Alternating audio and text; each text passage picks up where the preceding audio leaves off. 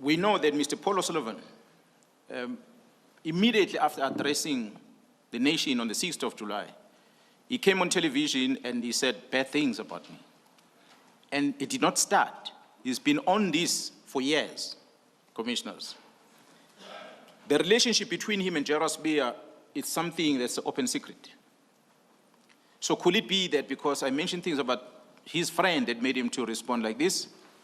I said, this Mr. Paul O'Sullivan is working in the security industry as a security industry person. He once worked at the airport in Johannesburg, and after that, he then opened his own company. I know of, maybe I can put it here, commissioners, that, as I said, I've got informers. The chief of staff of the Minister of Police, Mr. Nkabinde, used to work for IPIT. He has given me files about the modus operandi in IPIT, and when he used to be there, the role that Mr. Policeman was playing in IPIT. There was a fallout between the two of them. Mr. Paul O'Sullivan does not mince his words when he speaks out there. He just speaks openly. So I don't want to debate what he's saying. I want him to come before this commission and come and argue the things that I've presented in these past 3 days, that everything is a lie. And he must tell me why he says it's a lie. Not to come here and accuse me on something that he cannot substantiate, but if he's got evidence of it, he's welcome to come. It's an open commission, this. He must come here and say, this is what Mkhwanazi has done, this is what Mkhwanazi has done, this is what Mkhwanazi has done. For me, what I can tell you, what we have picked up, we are investigating. I became aware of this, I registered a case.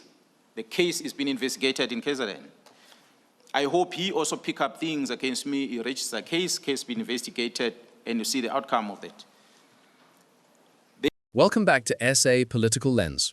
Today we turn our focus to the latest revelations from the Madlanga Commission. Lieutenant General Mkhwanazi has confirmed that the relationship between Paul O'Sullivan and Lieutenant General Shadrack Sibiya is an open secret. That disclosure came during a press briefing that put several alleged syndicates under the spotlight, including figures like Vusimuzi Ketmatlala and Gadiso Molefe. But interestingly, O'Sullivan's response wasn't focused on those allegations. His criticism centered on Mkhwanazi's appearance, the uniform, and the theatrical nature of the briefing.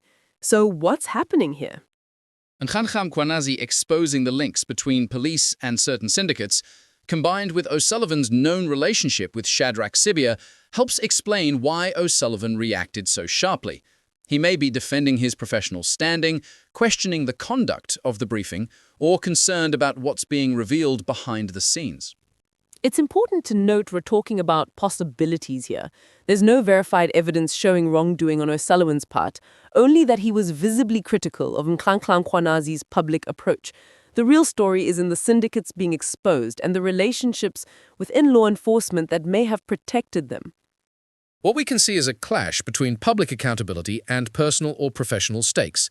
Mkhwanazi chose to put allegations and evidence in the public domain, while O'Sullivan's reaction signals that he has a vested interest in how that information is received. The lesson for South Africans: watch the evidence, not just the optics. Exactly. The Madlanga Commission is where the proof matters. Documents, sworn testimony, and the chain of events. For now, O'Sullivan's anger may reflect concern over exposure, but it's the verified facts that will ultimately tell the story. That's it for today's SA Political Lens. Keep asking the hard questions, and remember, in politics and policing, it's the evidence, not appearances, that cuts through the noise.